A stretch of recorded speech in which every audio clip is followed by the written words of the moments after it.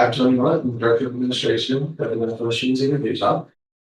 As I thought about what I wanted to say and thinking through my history and career and what what wisdom I can give, one of the things that I found is that I think most people think about their career journey.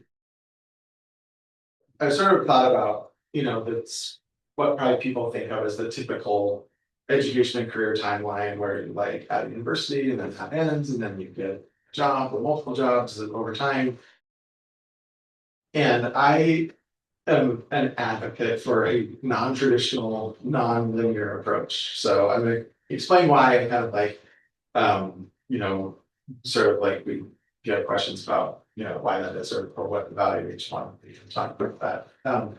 So my education experience, I went to Solid Community College, got an associate's degree in accounting. I was here from 1997 to 2001, which was like ages ago when you look at a calendar, but it doesn't seem about long to me. And then I transferred to the University of Utah and got a bachelor's degree also in accounting. And one of the things that you might notice as you look at that is I was at Solid Community College for more than 2 years that you might expect is like 2 years for an associate's degree. And then I was at University of Utah for much longer than 2 years that you might think than you take to get from an associate's degree to a bachelor's degree. And the reason why is because my timeline was like this, where I was going to school and working at the same time at various schools. And so that's where I have this sort of like why I'm an advocate for a non-traditional approach. And the reason why is because I had accounting jobs while I was going to school in accounting. And so I was able to, learn things that sort of reinforce what I was learning in school. I was also experiencing in the workplace at the same time. And so, it's one of those things that, may sound super obvious when I say it, that it's very valuable if you can do it to find a job that aligns with your career field while you're still in school. And even if it's only a part-time job that's in that career field, coming out of school with experience already on your resume in your career field is a huge benefit. And that's something I know that a lot of, as you're talking to like career counselors at school, they're going to probably tell you the same thing. And so I'm just here to say that, like, also as a hiring manager, like, yes, they're definitely right that it is worth trying to get something. And sometimes that can be tough because that may not pay as much as some of the jobs that are available, or the schedule might be more complicated to work with school.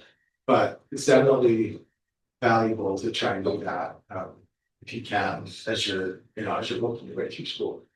So my career journey, I started, you probably all seen it from the freeway stop, Brothers Truck Stop, and then at Salt Lake, I worked for Salt Lake County government for 4 years there. So my first 5 years of like professional working in the accounting field, I was sort of like entry-level accounting clerk, which you pretty much expect in any field, right? It's sort of entry-level jobs that you'll get very basic revenue.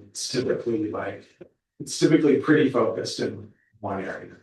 And it's depending on, if you change jobs and maybe focused in a different area, but it's usually those sort of like supporting roles that are highly focused, but you start to learn more as you go along. And then, so my current employer, I've been there for more than 24 years.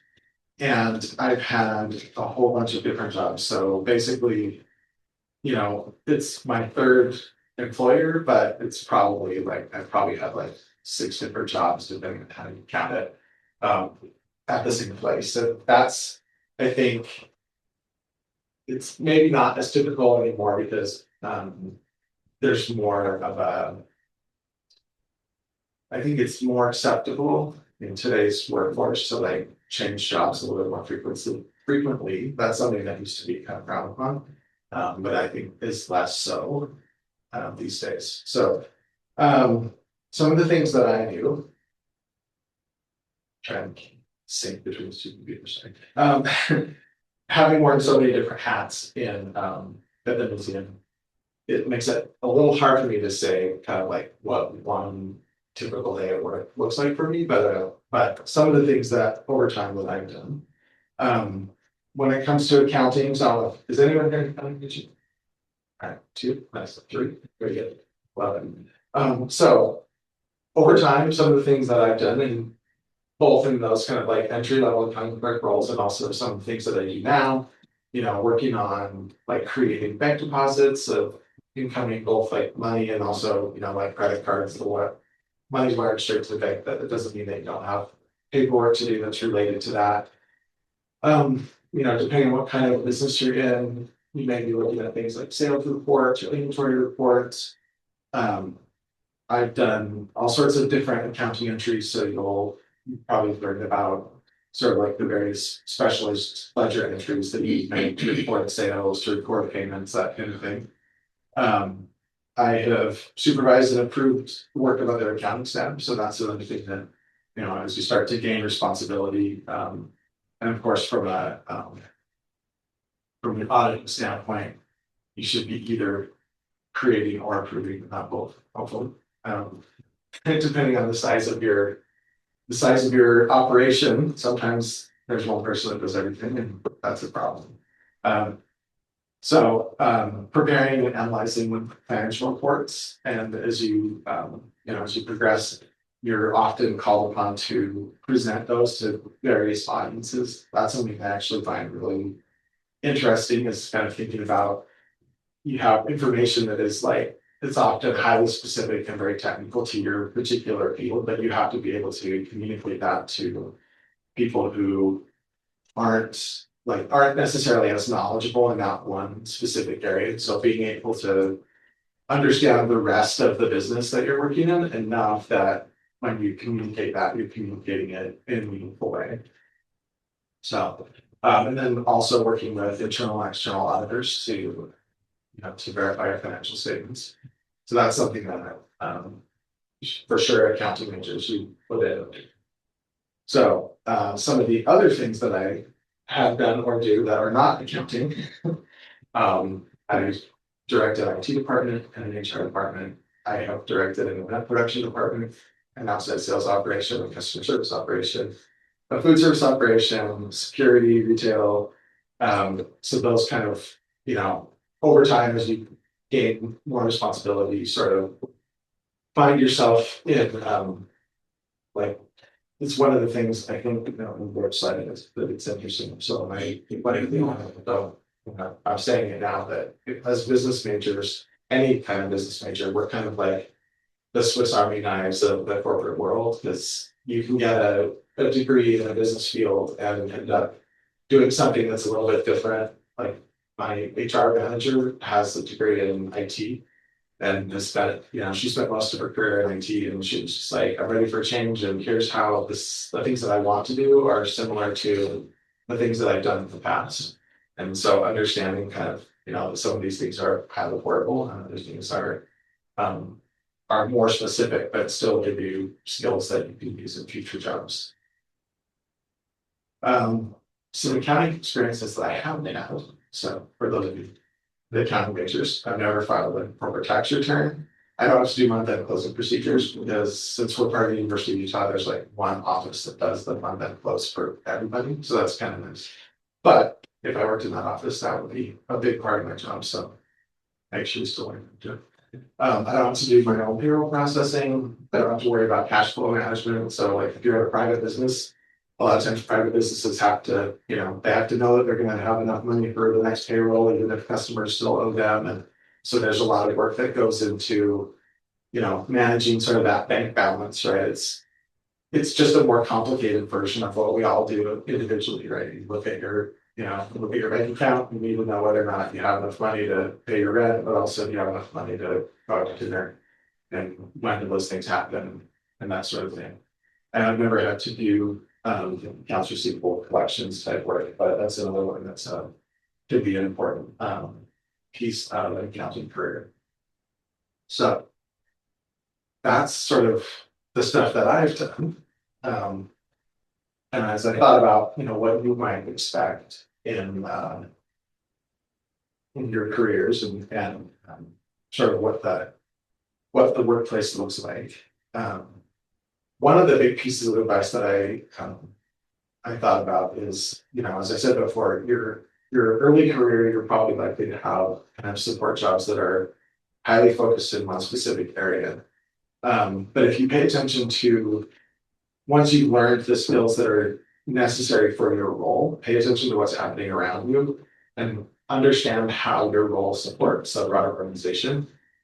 That's something I think I realized as I was writing this that I'm a little bit spoiled because in the nonprofit world, it's a little bit easier to look at your role and understand what the goal of the organization is. And if it feels like you're just, if the only answer that you have is I'm just helping somebody else to make money, like I would encourage you to try to reframe that and think about like you're still helping a company to succeed and that there's a lot of other people in the company that are relying on your work to, and you're relying on their work, right? Like all of that goes together. But I think that understanding what excuse me, how the work that you do supports the work that other people around you are doing. This is something that I actually see a lot of people who aren't able to do this and they struggle to see their own value in the organization, to especially just to be able to get along with other people who they're struggling to see the value that someone else brings to the organization. So I think if you can understand that for yourself as a first step, then it makes it easier for you to be able to understand that for other people within the company or organization where you're working. And then, as I said, try to grow skills and awareness of what's happening outside of your specific role. Just helps you to be able to demonstrate your value to the organization. So as you understand more about what's happening and you're able to start to give input, contribute in other areas, it's a way that's going to help you to be able to grow within the company. And then I guess the other big piece of advice that I would say is if you're a person who values variety, then you hope to, sort of like broaden your responsibilities and do more things kind of like what I've done. Or if you value predictability and you're looking to have really deep expertise in a specific area. In either one of those cases, I think being aware of kind of like all the ancillary things that are happening around you at work is really important to being able to succeed. And then, as I said before, I think the modern workplace is a little bit different. It used to be changing jobs was something that employers or prospective employers would see as like a big red flag, but they wouldn't necessarily be interested in hiring someone who had changed jobs several times over the years. But I think that if you're able to articulate why you change jobs and explain to somebody that you're sort of like you're gaining skills and growing responsibility rather than just being like, well, I can go on with my supervisor or I heard that they pay more money in this other place. That you can still you can turn job changes into a positive thing if you're able to do that. So let's see.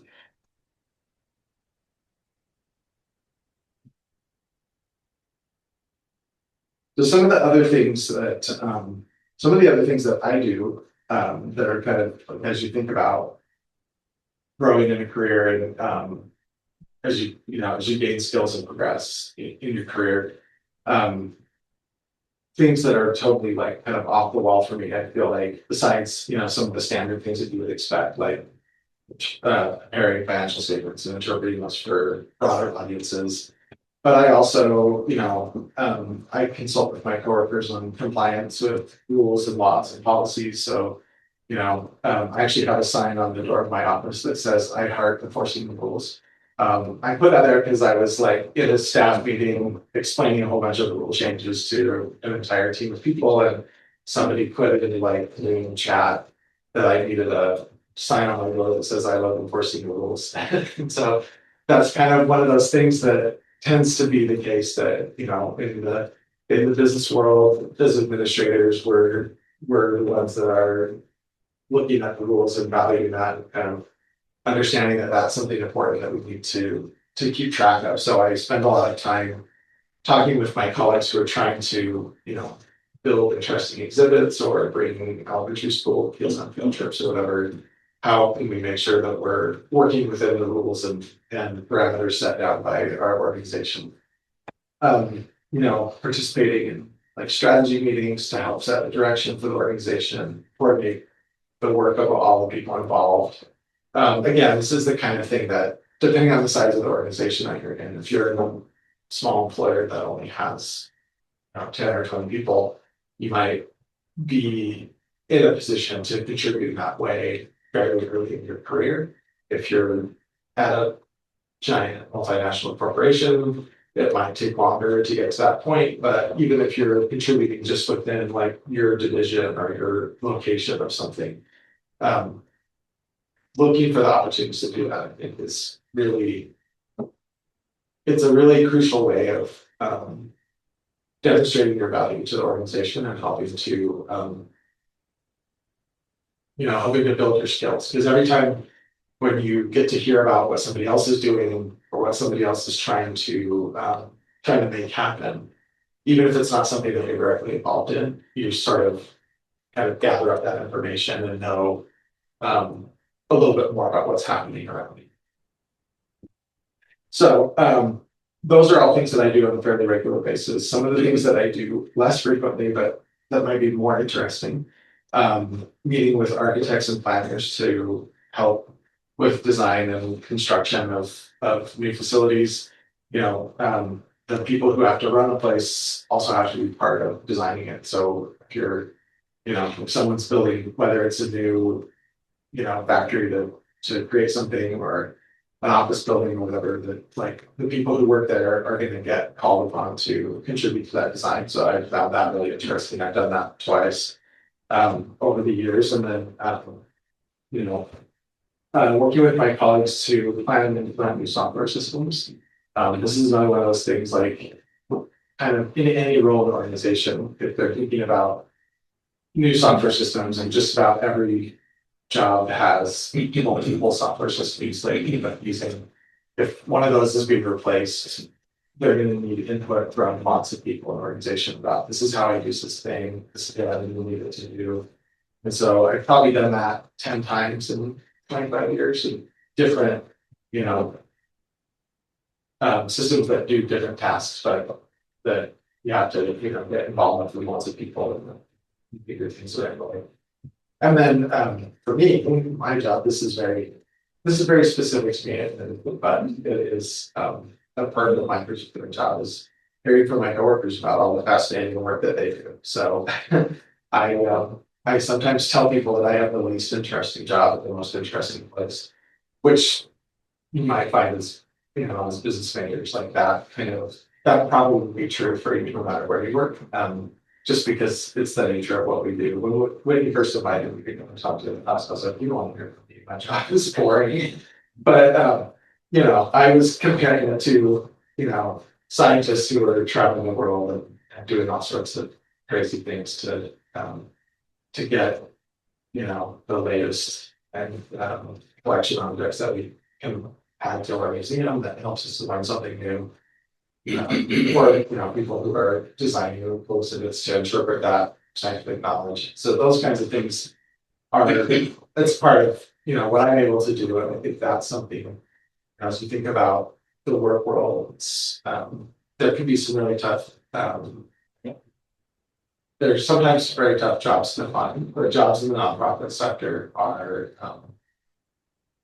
they I would say they're more emotionally rewarding perhaps and less financially rewarding. So hopefully we can find a way to balance that because especially being at very small nonprofits can be really tough, but you personally get to feel like you've accomplished a lot. Even if oftentimes in a situation like that, pay is not very good. So let's see, what else did I have to do? So I mentioned this before, but I think that, it's worth mentioning again, I do a lot of interviewing and hiring people, recruiting, reviewing applications and resumes and things. And like I said, I feel like the work world is changing, and so changing career fields or changing industries a few times during your working life is probably not seen as abnormal. And like I said earlier, if you can articulate to somebody why you changed, you should be able to do that in a way that it doesn't turn out to be a red flag for a prospective employer who's looking at hiring you. And then, like I said before, embrace the non-traditional. I think doing sort of the traditional way of like getting all the way through school and then just switching over all at once to a job, it's actually, it's tough to do. And it's probably not realistic for a lot of people. And so I think I'm a big advocate for not trying to just make it happen in a one particular way, but make it happen in a way that works for you. So that's the end of my prepared slides. Yes. I heard you mention at the beginning of class that this kind of like the field you're in is not something you can get into very easily. It's when people get into it, they don't leave until like they retire. So did you just like get promoted to the position, or how did you get into Yeah, so I started when I graduated from Salt Lake Community College. I knew I was going to be transferring to the U. I just looked for any accounting job at the U because I was like I said, working in an accounting job was going to be valuable. And if I could be close to work, like that was going to be so. I sometimes joke with people that like I actually have a lot of guilt because I didn't set out to work in a museum. I just ended up there by accident. And I'm aware that there are loads of people like get online and find, there's like tons of people who are just like clamoring for any job in the museum. And I've watched people take like part-time receptionist because it's like, well, if I can just get my foot in the door, then I can switch to a different job. And I can't really afford this, but I really want to work in a museum and so on. So, and it's like, if we can think back to like economics class for a while, when there's a very giant supply of labor and a very small number of available jobs, it means that employers don't have to pay very well. Because if you won't take the job for that pay, somebody else will because they want it more than you, or their spouse makes enough that they can afford to take a very low paying job or whatever. And so it's a very complicated issue in the museum world and kind of in the broader nonprofit world that there's people who really want to take jobs and sometimes call a passion tax, that you'll make less money because you want to do something that you're passionate about. So it's, like I said, I kind of feel guilty sometimes that maybe I should give up my job to somebody who really wants to work in a museum, but I'm so good at it and all of it. It would be a terrible loss for the world. So for all of your benefit, I'm staying. Wait, can I ask a question about, so you said you have people that get in, they just want to get a foot in the door, they take extremely entry level, maybe a receptionist type job, hoping to move out, taking a really big pay cut there. Would you recommend that taking a lower paying or less senior job just to get your foot in the door?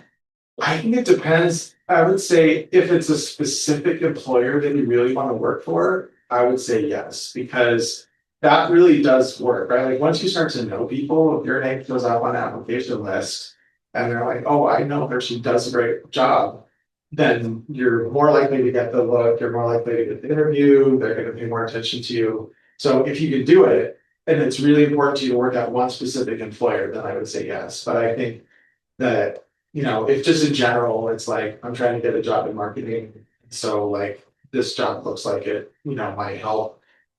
I'm not sure that that's as valuable because I think you can look a little bit longer and find something that maybe, like I said, I think being able to articulate what your skills are and how they translate to a new job that you're looking at is like, I think that goes a long way. Oh, by the way, when you do that, do it yourself. If you let AI write the letter, the people reading your application will be able to tell. It's a lot more obvious than you think because ChatGPT knows the 5 paragraphs of the cover letter and they are all the same. But being self-reflective and being able to explain, like, here are the skills that I have. And here's the way that I see these skills lining up with what your company does. That's more valuable in the broadest sense than already having worked in a specific type of job. But if it's one specific employer that you really want to work for, then I think it probably is worth. Or if it's a nonprofit, like we also have hundreds of volunteers that work with us. And so if you have the time that you can volunteer with an organization, that's another way of kind of that in the same way, getting to know people, and then when your name shows up that you're applying for a job there, then you have a better opportunity. Other questions? I got a serious thing, a serious question. My serious question is, with like trying to get into like an accounting job, how would you recommend going how it is like nowadays, the workforce and everything getting into that? And my unserious question is, with working in a museum, have you had any like night of the museum type stuff? So I'll answer that serious question first. I have not, but I'm also not like big on kind of a believer in paranormal, so maybe there are things that I haven't noticed that somebody else might have noticed. So, but then as far as like getting into accounting, so I think in the same way as kind of some of the other things that I talked about is like think about how the specific tasks that you've done in other jobs might line up. So like if you've been a cashier, then you've been responsible for like tallying a sales report and reconciling the amount of your collections to the amount of sales that you make up. So like those are accounting functions that you could be able to say like, this is what I've done. Another thing that I think it's kind of trite, but it's really true, which is that like almost every employer cares about customer service. And so being able to say like, I know how to interact with customers, I'm going to be able to communicate with people effectively in terms of, what they need to know about the kind of work that we do.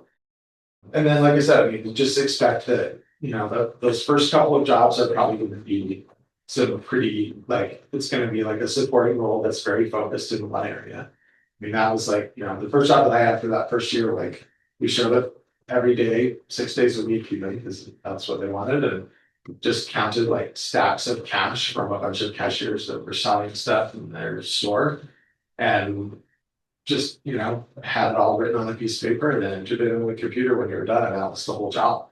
And so that like by itself wasn't super interesting, but in the time that I was there, I started to learn about some of the other unique things about that industry and how the jobs that were being done by some other people kind of like mashed together with what I was doing. Yeah. Curious, with your accounting background, did you ever consider Big Four going that route, or was it? I mean, you kind of told us your whole story, but I would say when I first started thinking about accounting, I sort of assumed, like most accounting majors, that I would probably end up spending some time in like a Big Four type setting, even if it wasn't actually out on the Big Four, which was the Big Five when I was in school, but that's okay. But I think during the time that I was working in kind of like, because I was already in like a more entry level accounting job, that being able to move up in skills, like that's kind of the other pathway to that, right? Is like if you've done like Big Four, especially if you've done audit work for different industries, then you kind of be like, hey, I've done audit work, so I understand how accounting in the auto parts industry or the retail sales or whatever, like you kind of you understand how some of those things go. So I would say I don't think it's definitely not a requirement to expect to spend time in like a Big Four type firm, but I think that it's not just like a paycheck and like I'm doing these skills that I'm never going to do again. It's one of those ways where you could say like I gained some skills doing this job, now I'm looking at something else, but a lot of what I learned is still valuable. I have sort of a two-pronged question. The first being, since you work for a nonprofit, is your salary decided by like I guess it'd be a board of directors? And then two, if you don't mind me asking, do you think you're compensated fairly for your position? So we're actually part of the University of Utah, so it's a little different because it's more like basically I'm like a government employee. Oh, So it's just like any government employment, like it's a very structured thing where there's like, job grades, and here's this chart that tells you you can make between this and this. And and I would say Yes, I feel like I'm compensated fairly for the work that I do, especially when you consider like, I mean, public employment is kind of one of the last sectors where there's like known for having like really good benefits, right? Like a lot of things that used to be known, like I think about some places that I used to hear about, like people in the auto industry, you have like these great pension plans. And I actually have a colleague who used to work for United Airlines and was very familiar with like, she actually worked for Sears and for United Airlines. And so two other areas like these giant companies that were really known for having like great benefits, and all of that is gone. And like public employment's kind of one of the last areas where you can find that. So I think you have to kind of look at the whole picture for that.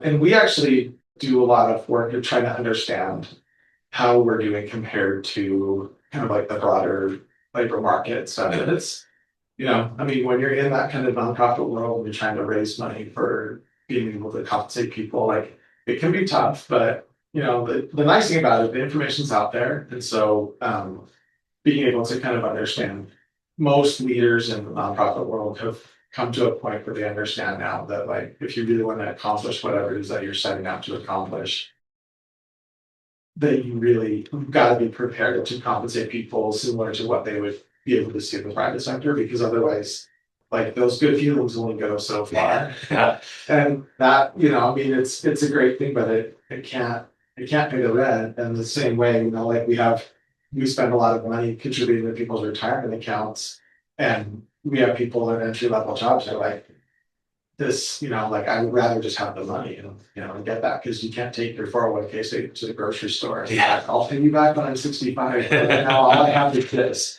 It's a tricky balance for sure. And it's definitely tougher in the nonprofit world, I think. It's also in most areas like that, when you're in the kind of setting where there's not like a goal that your compensation can be paid to, right? Like if you're a salesperson, it's like, here's your sales goal, and maybe you're getting a commission at some percentage of that. But even if it's just like, did you meet your goals or not?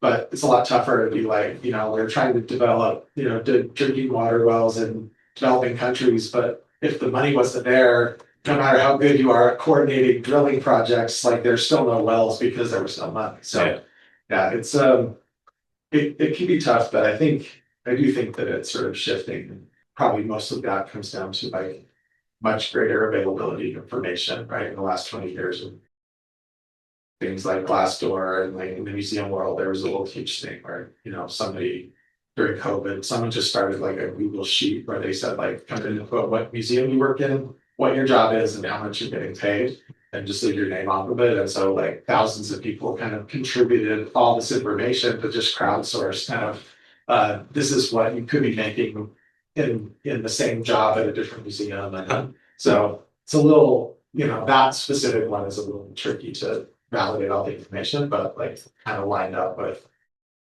some like more reliable information that already existed. Right. Thank you. Can you define the non-traditional path a little bit more for me? Yeah, so just, I mean, really, what I'm talking about is just like the very traditional path is like you go to college, you probably don't work when you're in college, or maybe, a part-time job that's not really related in any way. It's just kind of like, well, I can, deliver pizzas or whatever, that's like just something to do part-time. And then when you finish school, then you look for a job in your career field, and kind of just like, it's sort of this like straight line thing from one to the next. And so what I'm saying is, I think that going to school part-time and working part-time or full-time in the area where you're planning to have a career is ultimately more valuable. It takes a little bit longer to get there, but in my opinion, ultimately it's more valuable to you when you get to the end of that road. I'll follow on that. So I feel like I'm kind of towards that traditional, but I also want to so I'm in accounting. My plan is to go into business once I transfer to university. How early would you say I should go and find internship / work in accounting, since I'm planning on transferring and getting into business? I would, as soon as you can. I mean, even now, I would say, especially if you find an internship that works, with your school schedule, which, usually they do, because when you're recruiting interns, you know, you're getting somebody who's like still in school, and so you kind of are like, it's understood, like schedule's gonna be a little complicated, availability of hours is gonna be limited. But, you know, it gets you there, gets you to start learning some things. And then I think, you know, because the other thing about that is like, you know, if you try it out and decide you don't like it, you might need to shift to something else. When, I don't know if how many of you guys noticed on that slide that I went very, very briefly in BYU, and I was actually a chemical engineering major. And I took a couple of years off of school because I didn't have any money. And totally changed like kind of like the whole trajectory of my career. And I often look back on that and very relieved, because I wouldn't have wanted to work at a oil refinery, dialing in the exact amount of chemicals going into the refining process, or, you know, making aspirin or whatever. For me, this is much more interesting. And so there's somebody out there who really loves those chemistry processes that's doing a great job getting all of our stuff made, but I'm relieved that it's not. So having a little bit of time to reflect on some of those things while you still can, right? I mean, we've probably all heard stories of people who hit 40 or 45 and they're like, I realize that I hate what I do and I'm going back to school. And it's a lot more complicated when you're at that part of your life than it is if you decide at 20 that maybe you wanted to do a shift. Going off of what you just said, I think that that's kind of where I'm at. Like, do I actually want to do accounting, or do I actually want to go into business, or do I want to do something else? Like you said that you had those few years at BYU where you were just taking introductory Yeah. chemical engineering classes and you just didn't enjoy them. That's kind of when you pivoted. Yeah, exactly. Like chemistry, college level chemistry is pretty complicated. Yeah. So yeah, it's just just sort of, I was like, you know, if I'd had the money, let's say, I probably would have kept going, and I would have been one of those people who at 35 or 40 was like, man, this is not for me. So, but I think, you know, I also think that if I had been looking at, you know, is there like an internship or something part-time that I could find that's like related to this work, that I may have also been able to figure out from that. That's why I think it's it's really worth doing. I mean, I can say, you know, at my workplace, we try really hard to have at least like 10 interns at any given time. And most of them are like science interns. And they, you know, they're studying all sorts of stuff, but we also recruit to like business school to try to find interns that come and do various like accounting and IT and those kind of, you know. So, like I said earlier, I think the other thing about it is that, like, you know, most business degrees are pretty portable to lots of different industries. So if you get a degree in a business field, a lot of times you can end up working in something that's like related but not exactly the same, and it still is a good way to get into one of those jobs. So if you don't want to be, you know, with your ledger paper and doing credits and debits all the time, like you probably could still do that with a degree. You probably get this all the time, but well, I don't know how much it would come up in your line of work, but I guess when you talk about business being, you know, adaptable, do you think business would still be like a good degree in the foreseeable future, just with obviously AI and then the jobless boom where, you know, companies are, you know, skyrocketing in value, but also becoming a lot more leaner as far as employees. Do you think like business is going to stay like a good degree to have, or maybe? I think so. Yeah, I mean, when you look at, especially like, I mean, a lot of the stuff that's the highest profile is usually like in the tech world, right? And like in the tech world, the people who are getting laid off all the time are like software engineers, fortunately. Yeah, sorry, but like that's also the thing, like, because I think a lot of that has to do with scalability. So no matter what industry you're in, whether you're making software or cars or whatever, like there's a certain core number of business people that you need, but like that number doesn't expand or contract as fast as the rest of the business that you're supporting. Yeah. So it's kind of like that part of the business is more stable. Yeah. So I think, yeah, I would say it's a pretty safe bet. Good. Thank you. Yeah. So I was reading a study that said like most people, I guess, donate like around 15% of their money to whatever organizations. I was wondering if you had any recommendations, I guess how to, which organizations to pick, I guess. I'm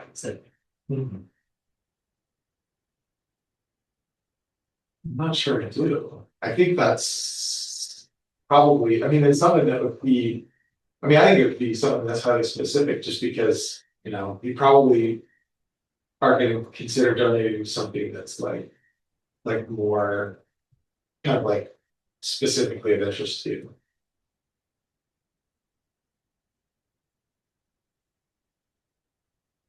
Let's see, one last question. So if you have one or two pieces of advice to offer to the students who are just beginning their careers, what would that be? I think the biggest advice that I would say is be flexible, because you know, a lot of these things that may seem like, you know, it's not, whether it's a specific job or whether it's like the kind of industry that you might be operating or whatever, like none of it's forever. And so being willing to kind of like make the best of it over the short term in order to, like, you know, it's sort of, but I think be looking for kind of what the longer term is. I think it can be tough to have like a long-term strategy. I mean, I remember, um, you know, as I think back, like as far as high school, and like the few number of people that I knew that were like, I know exactly what I'm gonna do. I want to be a doctor. I want to be this, right? Probably all know people like that. Maybe when you feel like that, where you're like, I know exactly what I want to do. But I feel like the number of people who actually get to that spot is pretty small. So be flexible, because, you know, over time you sort of like, you adapt to what's in front of you. It's a whole lot easier than like sort of insisting on making things happen in one specific way.